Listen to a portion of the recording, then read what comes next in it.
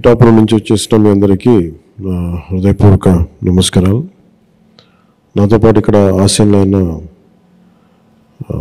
కృష్ణతేజ గారికి, కలెక్టర్ షణ్మోహన్ గారికి, ఓఎస్డి వెంకటకృష్ణ గారికి అందరికీ నా హృదయపూర్వక నమస్కారాలు. మన పిఠాపురంలో గత ఏప్రిల్లో మల్లమ్మ గ్రామంలో రిపేర్కి అని వెళ్ళి, హౌస్ హోల్డ్ రిపేర్కి అని వెళ్ళి ఆయన చనిపోవడం చాలా బాధ కలిగించింది.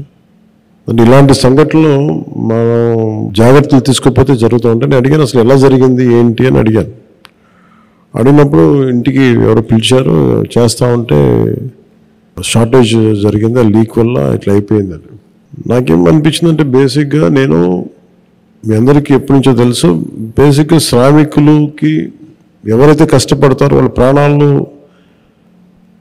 పణంగా పెట్టి చేస్తారు, వాళ్ళకి సెక్యూరిటీ ఉండాలని ముందు నుంచి నేను కోరుకునేవాడిని. అది నేను సినిమాలో ఉన్నప్పుడు కావచ్చు, వ్యక్తిగతంగా కావచ్చు, ఒకసారి మేము ఏదైనా ఆఫీసుల్లో పనిచేస్తున్నప్పుడు కావచ్చు, షూటింగ్లో కావచ్చు, ఇల్లు కడుతున్నప్పుడు కావచ్చు. మొన్న ఈ ఆఫీస్ కడుతున్నప్పుడు కూడా చాలామంది స్టాఫ్కి అసలు హెల్మెట్స్ లేకుండా కడుతున్నారు. ఎలక్షన్ టైంలో నేను దృష్టి అయిన తర్వాత చూస్తే అందరికీ సేఫ్టీ షూస్ ఒకటి, హెల్మెట్ అందరికి ఇవ్వడం జరిగింది. సో నాకు అది గుర్తొచ్చింది. బేసిక్ ఇలాంటి ఎలక్ట్రీషియన్ అనేది చాలా ప్రమాదకరమైన ఉద్యోగం. అది అన్ని ప్రమాదకరమైనవి, కానీ ముఖ్యంగా తెలిసి ఎక్కడ లేకుందో తెలియదు, ప్రమాదకరమైనది ఎలక్ట్రిసిటీ. దానివల్ల ఎంత మనకు వెలుగిస్తుందో ప్రాణాలు తీసే శక్తి కూడా ఎలక్ట్రిసిటీగా ఉంది. అందువల్ల చాలా జాగ్రత్తగా ఉండాలి. ఎందుకు జాగ్రత్తలు వహించలేకపోయారు అంటే రైట్ షూస్ లేవు, బేసిక్ కేర్ తీసుకోలేదు, ఇట్లాంటివి దృష్టిలోకి వచ్చినాయి ఆ రివ్యూస్లో. అదొక్కటే కాకుండా ఒకటి జాగ్రత్తలు తీసుకోకపోవడం వల్ల ఆయన ప్రాణాలు కోల్పోయారు, తద్వారా కుటుంబ సభ్యులకి సంపాదించే వ్యక్తిని కోల్పోవటం, అలాగే స్పర్ధలు కూడా రావటం, గ్రామాల్లో చిన్నపాటి గ్రామాల్లో స్పర్ధలు కూడా రావటం, అది ఇంకా ఇబ్బంది కలిగించేస్తుంది. ఒకవైపు ప్రాణం పోయిందనే బాధ ఒకటి, ఇంట్లో సంపాదించే చేయబడి లేదనేది ఒక బాధ అయితే, దానితోడు మళ్ళీ ఈ సామాజిక స్పర్ధలు ఇంకా ఇబ్బంది కలిగజేస్తాయి. సో నాకు ఇవన్నీ చూసి అనిపించింది, ఎప్పుడు కూడా ఈ పొలిటికల్ మైండ్ సెట్లో ఉండే వాళ్ళందరూ గొడవలు పెంచి పెట్టడానికి చేస్తారు. నేనేమేమి ఆలోచిస్తానంటే, గొడవ ఒక ఇష్యూ వచ్చిందంటే దాన్ని ఎలా సాల్వ్ చేయాలో ఆలోచిస్తాను, కానీ ఎలా పెంచాలని ఆలోచించను. అందుకే నేను 100 సార్లు చెప్తా ఉంటాను. రోడ్డు మీద ఎవరైనా వచ్చినా, బైకుల మీద వెళ్ళినా జాగ్రత్త అని 100 సార్లు చెప్తా ఉంటాను.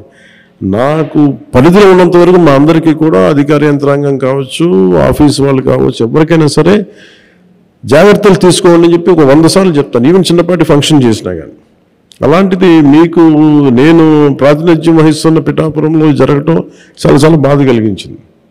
సో వెంటనే నేను మన పేషి దృష్టికి తీసుకెళ్ళగానే కృష్ణతేజ గారు కానీ, అలాగే మన షణ్మోహన్ గారు కానీ, వెంకటకృష్ణ గారు కానీ, పేషి అందరూ కూర్చొని మాట్లాడుకుంది ఏంటంటే, ముందస్తుగా ఏం చేయాలి. ఒకటి, పనిచేసేటప్పుడు వి నీడ్ ఇన్సూరెన్స్ ఒకటి ఉండాలి. 2, ఇన్సూరెన్స్ కంటే ముందు అసలు సేఫ్టీ కిట్స్ ఉన్నాయా లేదా అనేది చర్చకు వచ్చింది. సో దానివల్ల ఈ రోజున మీ అందరికీ ఎంతమంది ఉన్నారని అడిగితే దాదాపు పిఠాపురం మొత్తం మీద 325 మంది ఉన్నారు అని చెప్పి ముందు. సో మీ అందరికీ ఒక 16 లక్షల పైచిలకు వర్తతోటి మీ అందరికీ ముందు సేఫ్టీ కిట్స్ని ఈరోజు మీకు ఇవ్వడం జరుగుతూ ఉంది. ఎన్ని జాగ్రత్తలు తీసుకున్నా కానీ ఏదైనా ఇన్సిడెంట్ జరిగితే, ప్రాణాలు కోల్పోతే అట్లీస్ట్ మనం అంటే ఇప్పుడు ఇచ్చేదేమో మన దగ్గర నుంచి వచ్చేదేమో 2 లక్షల బీమా ఉంటుంది. ఇది కాకుండా రేపు పొద్దున మీకు చంద్రన్న బీమా పథకం ఉంటుంది, ఆరోగ్య పథకం ఉంటుంది, అవన్నీ మీకు ఆల్మోస్ట్ 25 lakhs వర్త్. అది మన హెల్త్ ఇన్సూరెన్స్ అదొకటి. So we have enough security తీసుకుంటాం, ఆ ప్రయత్నంలో ఉన్నాం. సో అందువల్ల మీ అందరికీ ఆ జాగ్రత్తలు తీసుకుంటారని, అలాగే మీరు చెప్పింది కూడా భవన నిర్మాణ కార్మికుల సంక్షేమ నిధిని తిరిగి రివైవ్ చేయమని కోరుకుంటాం. అది నా ఆశయం కూడా. అది దాన్ని ఇనిషియేట్ చేసాం. త్వరలో చీఫ్ సెక్రటరీ గారితో మాట్లాడి అది కూడా మీకు తెలియజేస్తాను. ఎందుకంటే మనకి అసోసియేషన్స్ పెట్టుకున్నందుకు గత ప్రభుత్వం కూడా మీరు చూశారు కదా, వాళ్ళకి ఏమాత్రం బాధ్యత రాహిత్యం, వాళ్ళు పట్టించుకోలేదు. ఉన్న మీ డబ్బులను కూడా వాళ్ళు దారి మళ్లించేశారు, మీ డబ్బులే మళ్ళీ మీకు ఇచ్చారు, ఇలా అన్నీ చేసుకుంటూ వెళ్ళిపోయారు. మనం ఇప్పుడు చేస్తున్నది ముఖ్యంగా ఏంటంటే కరెక్షన్ చేస్తున్నాం. అసలు వాళ్ళు చేసి అస్తవ్యస్తంగా చేసినాయి తిరిగి క్రమంలో పెడుతున్నాం. సో అందుకని మీరు చెప్పింది అలాగే మీరు అడుగుతుంది ఇంకోటి ఆర్గనైజేషన్ గురించి అడుగుతా ఉన్నారు. మనం మీటింగ్లు పెట్టుకోవాలి, దాన్ని కూడా దృష్టి సారిస్తాం. సరే కలెక్టర్ గారికి కూడా ఎలా ఒక పాసిబుల్ సొల్యూషన్ ఎదుకండి, దానికి కూడా ఎలా చేద్దాం అనేది అలా వాళ్ళు మీటింగ్స్ పెట్టుకోవడానికి అదొకసారి చూడండి, అది ఎలా ఉంటుందో. నేను ఆ బాధను అర్థం చేసుకొని ప్రతిసారి ఏదో గుళ్ళో పెట్టుకోవడం కాకుండా ఒక పర్మనెంట్గా ఒకటి ఉంటే బాగుంటుంది. దానికి ఏం చేయాలి ఒకసారి ఆలోచించండి దాని మీద. మీ అందరికీ ప్రత్యేకించి నా జాగ్రత్తలు తీసుకొని నేను ఒకటే మిమ్మల్ని వేడుకుంటూ ఉన్నాను.